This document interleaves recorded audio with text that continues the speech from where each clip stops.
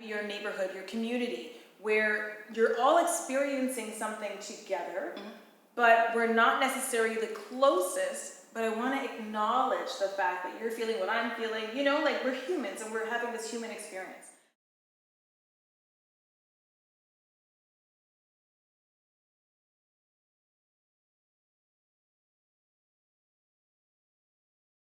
Hello, my name is Manel Williams. I am the pre-planning funeral director of the New Haven Funeral Center.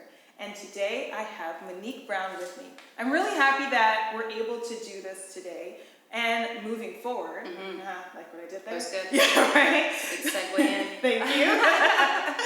So Monique and I connected earlier, probably in still 2021, while we were in the midst of the pandemic. And what we realized is how important supporting our community, supporting us through the grief that we were all feeling at that period of time, and just grief as we move forward, how important it is.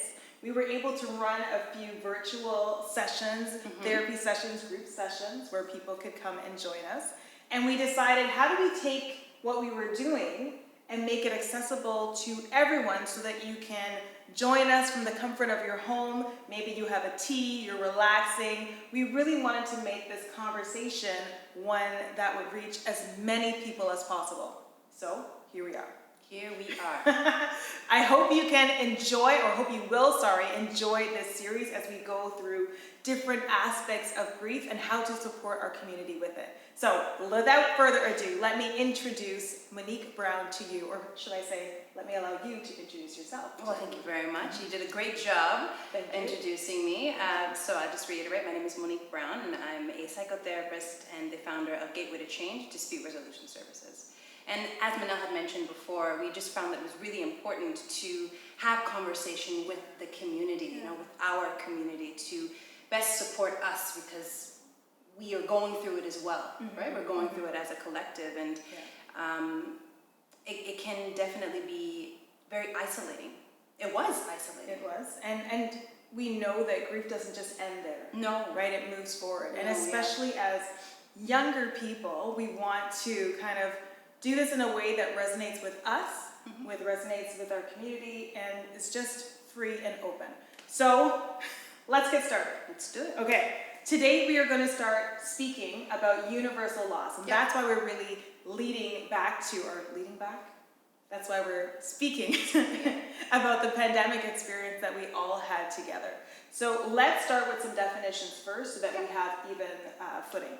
What is grief? What is that? So grief really is the expression of loss, and it's felt through both emotional and psychological effects as well.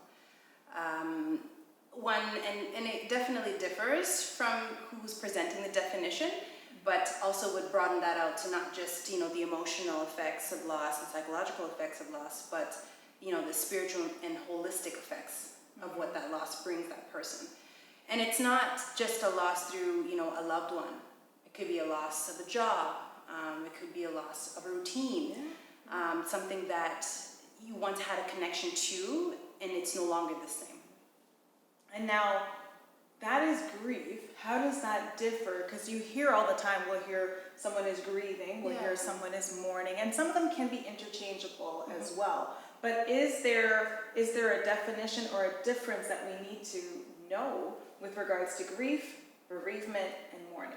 Yeah, so that's a good question, because it is terms that are used interchangeably. So the definition of mourning really is still an expression of grief, but that's just shown externally, right? And can also be connected to cultural aspects of individuals. So you would see sometimes people be like, I'm mourning, therefore I need to be wearing a particular color. So you would see folks maybe wearing black, right? And that would be culturally accepted. The bereaved, bereavement really speaks to the state of grief. So they're going through that, right? So it's the state that they're in. Again, it's used interchangeably, but it also speaks to, it broadens out from grief. Yes, yeah.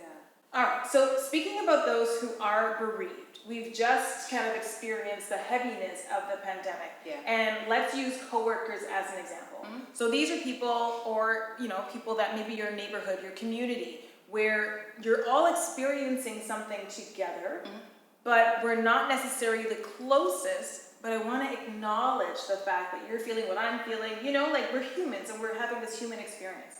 What is our first step in how we can connect? Good question.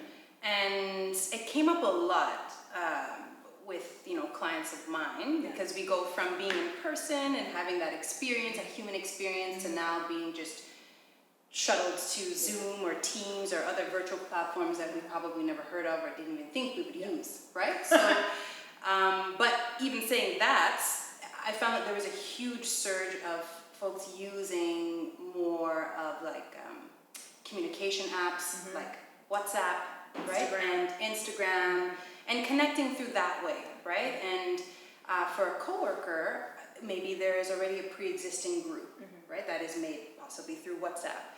Or if you have their contact information, or that you continuously, maybe check in through a Teams meeting, through Zoom or even Microsoft Teams, possibly saying, hey, send them a message, if you can maybe stay on for a little bit so I can kind of check in with you to see how you're doing, because I noticed that you've been a bit withdrawn, right? And I noticed that you've been talking in a certain way and using particular language, which is quite concerning.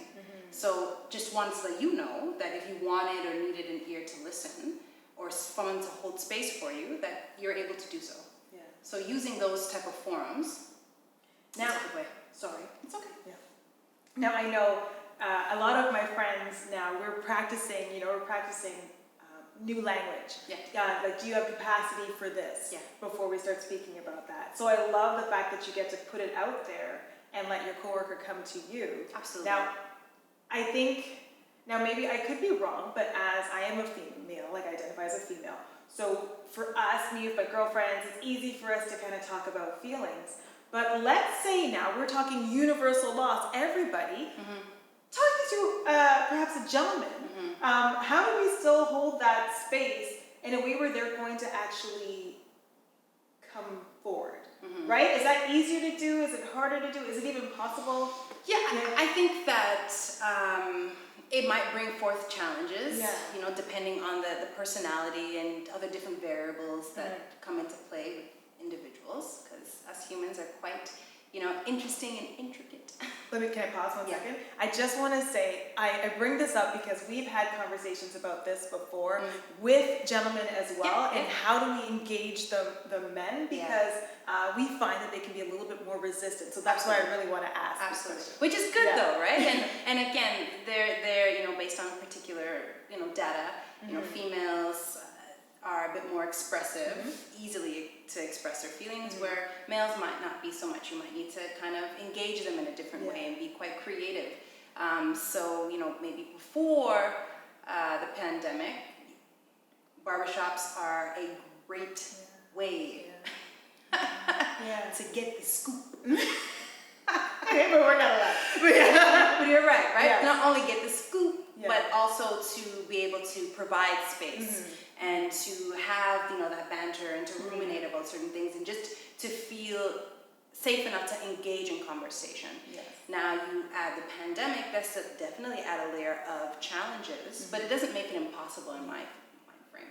I would use definitely let it be a WhatsApp group, right?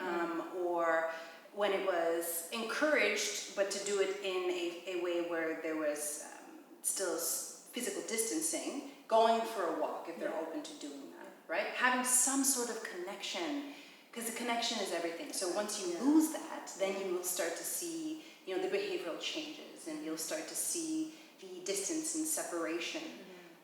So just really sparking that would take, a little bit of research. So it's not a one size fits all. So particularly for men that I've had in contact with, definitely just showing them that, listen, when you're ready, I am here. And allowing them to bring it up. Not it being force-fed. Every 2 seconds. So you good? Yeah. No, you all right? Yes. We've all heard that. Leave me alone. Right? And you're just Yeah. like pressing the issue, even though you have the intention. It's important to ensure that your intention and your impact is aligned. That is your responsibility. So when someone is showing you what they have, although it's nice for you to say that I see more of that potential in you, you need to meet them where they're at. Yeah. Because they ultimately need to carry that through. Yes. Right? So yes, I feel that it's definitely possible for the fellas to have a space and to speak openly about how they're feeling and why is it they're feeling that way, and working through a plan to get them out of that and giving them that genuine support. For someone who is grieving, right? You're just experiencing grief and now you're ready to reintegrate with society. What is a way that what are some steps that we can take, should I say, to just get back? It's not as though you can very easily say to everybody, okay, I'm ready to hang out. I'm ready to, go out for coffees and to do that. What are some steps we can take, even in preparing ourselves to be ready to do that? Yeah, good question. So I feel, communication definitely is the, antidote to many conflicts, disputes, issues, concerns. But if you find that it's a bit challenging to communicate that, and I'm not talking just verbally, but you write it down, right? So have like a journal, which is great, to get all your thoughts down from here to there so that you can see it and you can start to process it, and then being able to reach out, right? And now doing the reaching out, especially when you've been away for so long, is so challenging. It's easier said than done. And I honor that. I really do. But you need to be able to, kind of dig down to take that risk to reach out. Because it's not going to happen just on its own like that, right? So let it be sending a text to a friend, or even connecting to a third party. So let it be a counselor, let it be someone in the community, an elder, and using your faith, steeping in your faith, whatever that may be, to find comfort and to find, solace, to feel supported in completing that action, right? Again, it's not easy.